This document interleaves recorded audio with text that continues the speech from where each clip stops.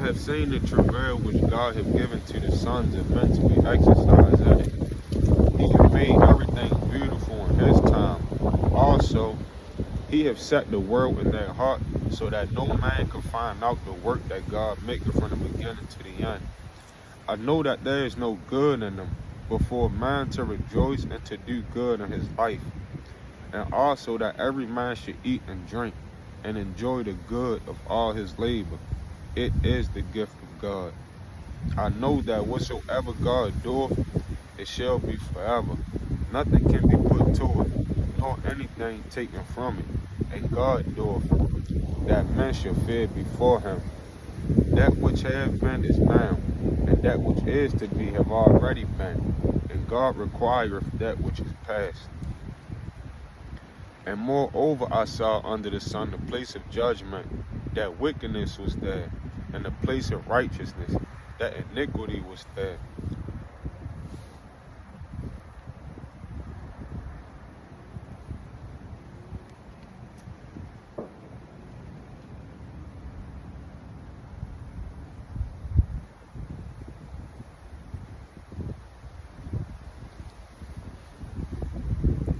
And moreover I saw under the sun the place of judgment, that wickedness was there, and the place of righteousness, that iniquity was there. An example of that right there is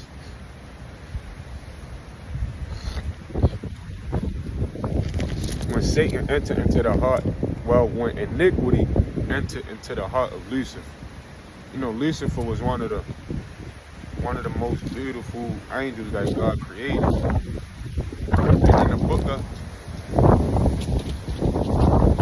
Isaiah, when God is describing Lucifer, like he's so proud of the creation. He's so proud of, like he's giving Lucifer like much props. Like he's giving Lucifer much props in the book of Isaiah. But that's when God says, like, you are perfect in all your ways until iniquity enter your heart. And so you got right here King David saying he saw the place of righteousness, and that iniquity was there. So in heaven, even though like that's God's righteous what's called abode, where he abide, that's his righteous place of judgment. Even if iniquity was there, I said in my heart, God shall judge the righteous and the wicked, for there is a time there for every purpose and for every work.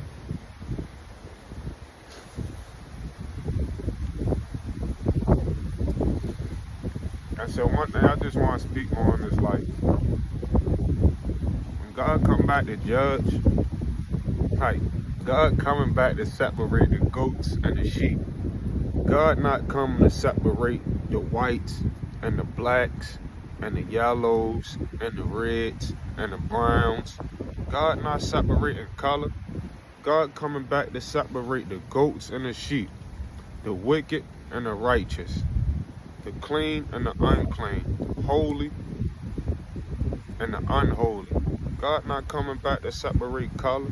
So for all of y'all who have that separation mentality, like, get rid of that. Like, purify y'all heart. Allow God to sanctify y'all. Allow God to give y'all a heart of flesh and to replace that stony heart that y'all have. Heaven won't be segregated. It won't be no black section or no white section or no yellow section, no brown or no red section. Heaven, nah. It's going to be holy. It's not going to be segregated by color. It's going to be holy. And if you thinking like that, you need to repent and ask God to change your heart so you can make it into heaven, because you won't make it into heaven thinking like that. I said in mine heart, God shall judge the righteous and the wicked, but there's a time there's for every purpose and for every work. I said in mine heart concerning the estate of the sons of men, that God might manifest them, and that they might see that they themselves are beasts. For that which befalleth the sons of men befalleth beasts. Even one thing befalleth them. Is the one dieth, so dieth the other. Yea, they have all one breath, so that a man have no preeminence above a beast, for all is vanity. All go on to one place, all are of the dust, and all turn to dust again.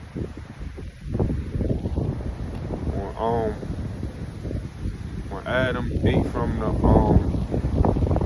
forbidden tree, God tells him, from dust you came, to dust you shall return.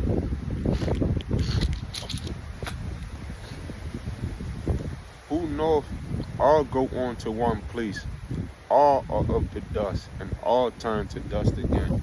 Who knoweth the spirit of man that goeth upward, and the spirit of beast that goeth downward to the earth? Wherefore I perceive that there is nothing better than that a man should rejoice in his own works, for that is his portion. For who shall bring him to see what shall be after him? And so I'm going to stop right there at Ecclesiastes chapter 3. So we finished up chapter 3. And so the next time I'm going to be picking up at Ecclesiastes chapter 4.